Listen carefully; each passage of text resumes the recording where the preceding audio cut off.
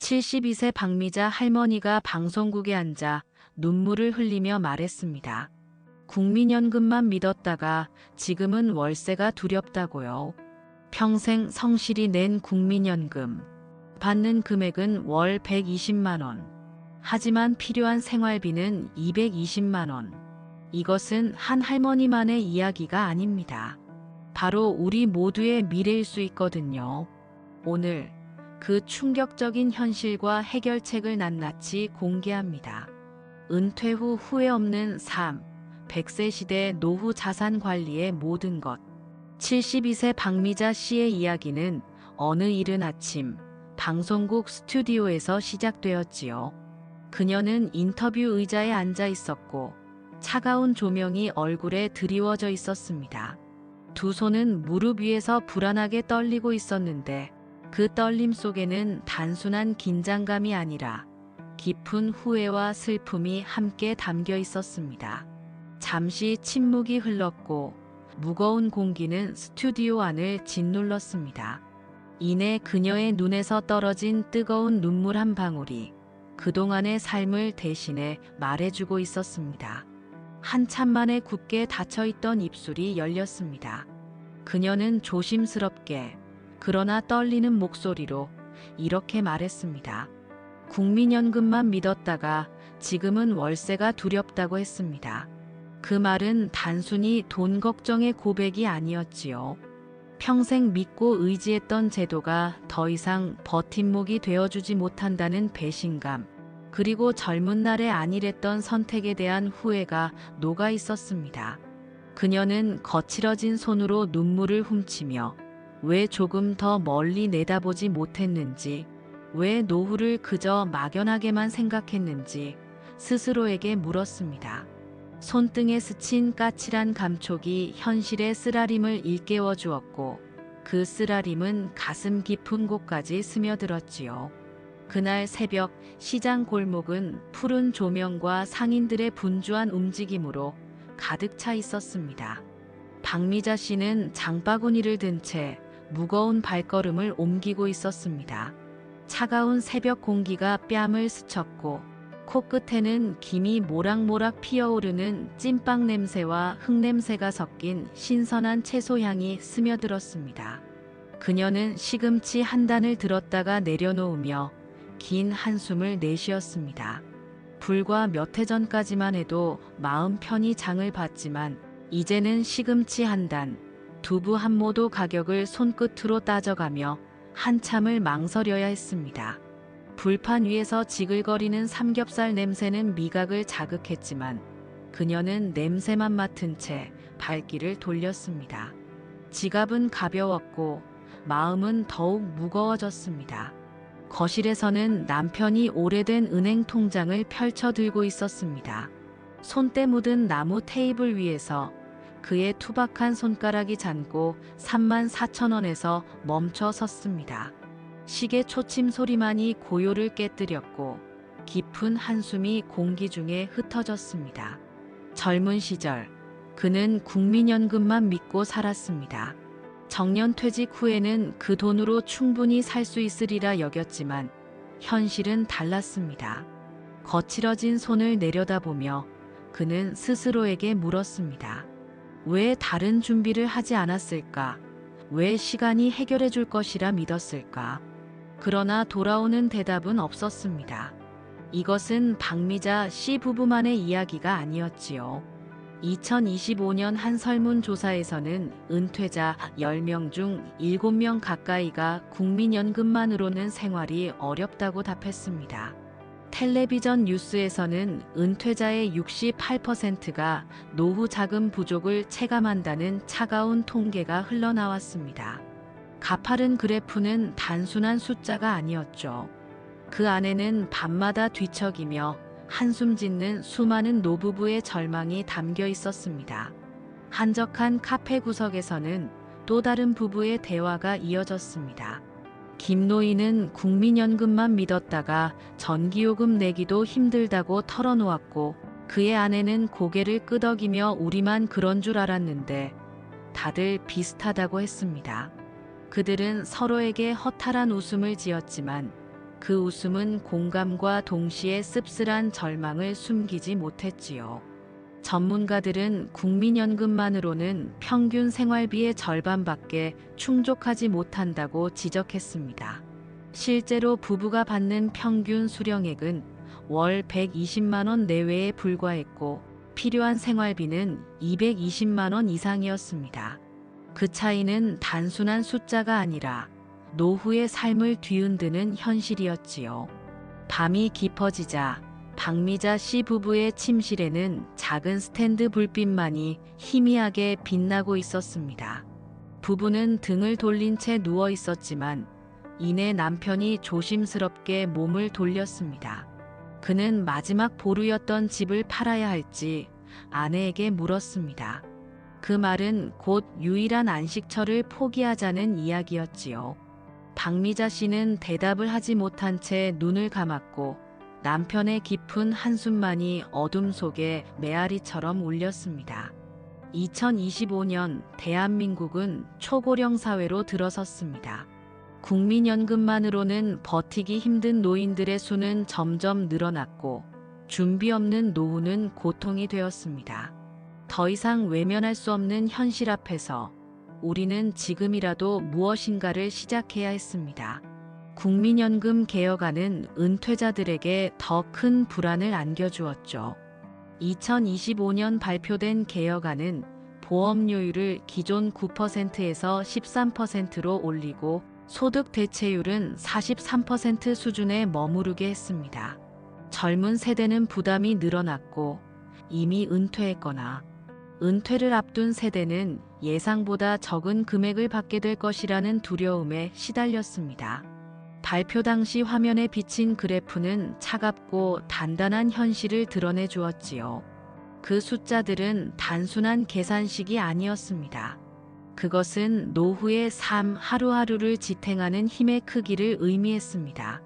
통계청의 자료는 더 깊은 고민을 던져주었지요. 평균 기대 수명은 남성이 81세를 넘어섰고 여성은 87세에 다다랐습니다. 100세 시대가 눈앞으로 다가온 것이었습니다.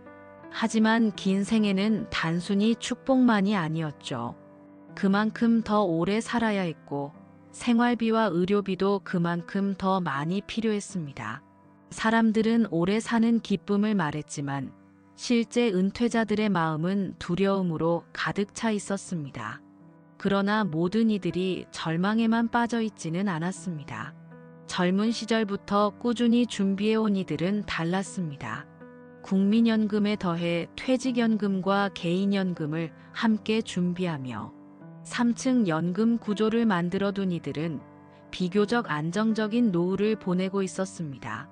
2025년 퇴직연금 적립금은 382조 원에 달했고 이는 은퇴자들에게 든든한 울타리가 되어 주었습니다.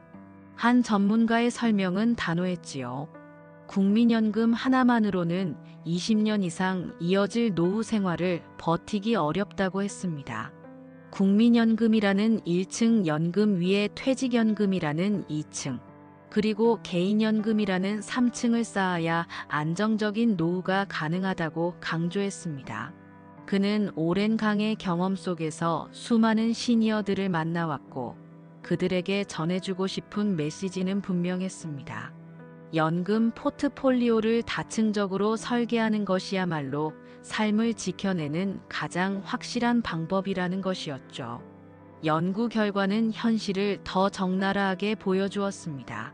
부부가 은퇴 후 기본적인 생활을 유지하기 위해서는 월 240만 원이 필요했고 조금 더 여유로운 삶을 살려면 월 330만 원 이상이 필요했습니다.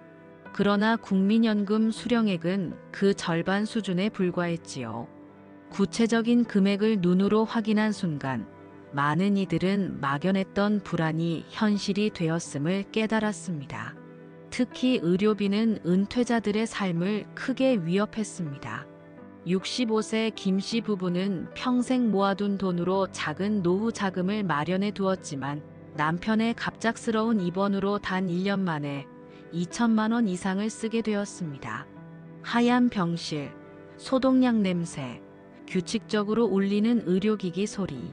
이 모든 것이 삶을 송두리째 흔드는 무서운 현실이었죠. 물가 상승은 또 다른 적이었습니다.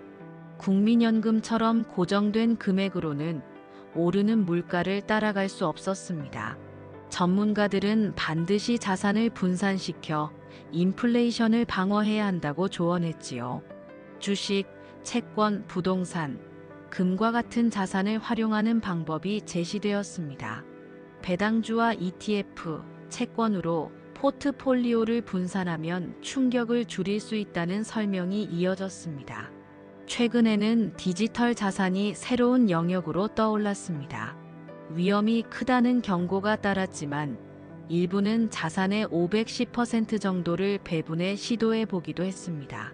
낯선 차트와 어려운 용어는 시니어들에게 부담스러웠지만 그럼에도 불구하고 많은 이들이 새로운 지식 습득의 필요성을 깨달았었지요. 어느 카페 구석, 시니어 몇 분이 모여 투자 이야기를 나누었습니다. 종이를 넘기는 소리, 커피 향기, 서로의 목소리 속에는 절망 대신 배우려는 열정이 가득했습니다. 늦었지만 함께라면 할 수 있다는 믿음이 싹트고 있었습니다. 그들의 대화는 불안의 그림자 대신 희망의 불빛을 담고 있었죠. 서울 법원 앞 한 은퇴자의 표정은 깊은 주름과 어둠에 묻혀 있었습니다. 그는 70세에 개인 회생을 신청했습니다. 안정된 직장을 다녔지만 은퇴 후 사업 실패와 예상치 못한 의료비로 모든 것을 잃었다고 했지요. 그는 가장 크게 후회하는 것이 노후 준비를 소홀히 한 것이라고 고백했습니다. 차가운 법원 건물 벽에 손을 짚으며 그는 더 늦기 전에 시작했어야 한다는 사실을 절실히 깨달았습니다. 박미자 씨 부부 역시 같은 밤 서로 등을 돌린 채 누워 있었습니다. 아내는 결국 눈물을 터뜨렸고 남편은 말없이 그녀의 손을 잡았습니다. 두 손이 닿는 순간 따뜻한 온기가 전해졌습니다. 아내는 울먹이며 자신이 짐이 된 것 같다고 했습니다. 남편은 아무 말 없이 그녀를 안아주었죠. 그 따뜻한 포옹은 차가운 어둠 속에서 서로를 지탱해주는 힘이 되었습니다. 박미자 씨는 결국 아들에게 전화를 걸었습니다. 평생 자식에게 손 벌리지 않으려 애썼지만 그 순간은 너무도 고통스러웠죠. 아들의 목소리를 듣는 순간 그녀의 눈물은 멈추지 않았습니다. 목소리는 떨렸고 마음속에는 죄책감이 파도처럼 밀려왔습니다. 그러나 다른 화면에서는 전혀 다른 이야기가 펼쳐졌습니다. 80대 노인은 활짝 웃으며 인터뷰에 응했었지요. 그는 정년 후 투자 실패로 어려움을 겪었지만 늦은 나이에 투자 전략을 바꿔 다시 일어섰습니다. 그는 실패를 인정하고 새로운 길을 찾는 것이 가장 중요하다고 말했습니다. 그의 눈빛은 여전히 빛나고 있었습니다. 또 다른 전문가의 목소리는 단호했죠. IRP와 개인연금, 소액 투자라도 꾸준히 하면 복리의 힘으로 자산은 눈덩이처럼 불어난다고 설명했습니다. 늦었다는 생각이야말로 가장 큰 적이라고 했습니다. 그의 말은 시청자들에게 큰 울림을 주었습니다. 박미자 씨 부부는 조심스럽게 다시 시작하기로 마음먹었습니다. 컴퓨터 앞에 앉아 ETF와 채권 포트폴리오를 함께 설계했습니다. 낯설고 어려웠지만 하나씩 배워가는 과정에서 그들은 작은 희망을 발견했지요. 두 손끝에는 더 이상 절망이 아닌 미래를 향한 열정이 담겨 있었습니다. 카페 한쪽에서 김노인 부부와 친구들은 다시 모였죠. 이번에는 절망이 아닌 배움과 재도전을 이야기했습니다. 종이를 넘기는 소리, 커피잔 부딪히는 소리. 그 속에서 그들은 외롭지 않았습니다. 늦었지만 함께라면 충분하다는 용기를 나누었습니다. 화면에는 시계 초침이 빠르게 돌아가는 장면이 나타났습니다. 늦었다는 생각이 사라지고 지금 시작이라는 글자가 떠올랐죠. 그 장면은 보는 이들에게 깊은 울림을 남겼습니다. 박미자 씨 부부는 은행 창구를 찾았습니다. 직원의 도움으로 IRP와 개인연금 계좌를 개설했습니다. 노트북 화면에 세액공제라는 단어가 선명하게 보였고 부부의 얼굴에는 작은 희망이 비쳤습니다. 그것은 늦었지만 분명한 첫걸음이었죠. 그들은 전문가의 조언에 따라 자산을 나누었지요. 전체 자산의 70%는 안전한 국채와 예금에, 나머지 30%는 배당주와 ETF에 투자했습니다. 처음에는 불안했지만 점차 확신으로 바뀌었습니다. 비상자금은 따로 관리했었습니다. 생활비 6개월치 이상을 비상자금으로 묶어두었고 의료비와 돌발 지출에도 대비했습니다. 세 개의 통장이 나란히 놓인 모습은 부부에게 든든한 힘이 되어 주었습니다. 전문가들은 보험과 장기요양 플랜도 강조했죠. 의료비는 노후를 위협하는 가장 큰 변수였기 때문이었습니다. 부부는 의료보험을 점검하고 장기요양 플랜을 마련했습니다. 이제는 병원비 걱정에 밤잠을 설치지 않아도 되었군요. 영상 화면에는 오늘 해야 할 일 탑3가 자막으로 떠올랐습니다. 1. 3층 연금 계좌 개설. 2. 자산 다변화 포트폴리오 설계. 3. 비상자금 마련. 단 3가지 실천만으로도 노후는 크게 달라질 수 있었습니다. 전문가는 단언했었죠. 연금, 투자, 비상금. 이 3가지만 지켜도 후회 없는 노후가 가능하다고 했습니다. 그의 단호한 목소리는 영상의 결론을 완벽히 정리해 주었습니다. 박미자 씨 부부는 어느 봄날 공원을 걸었습니다. 햇살은 따뜻했고 바람은 부드럽게 불었죠. 그들의 얼굴에는 다시 미소가 돌아왔습니다. 발걸음은 가볍고 대화는 활기찼습니다. 영상 끝까지 함께 해주셔서 감사합니다.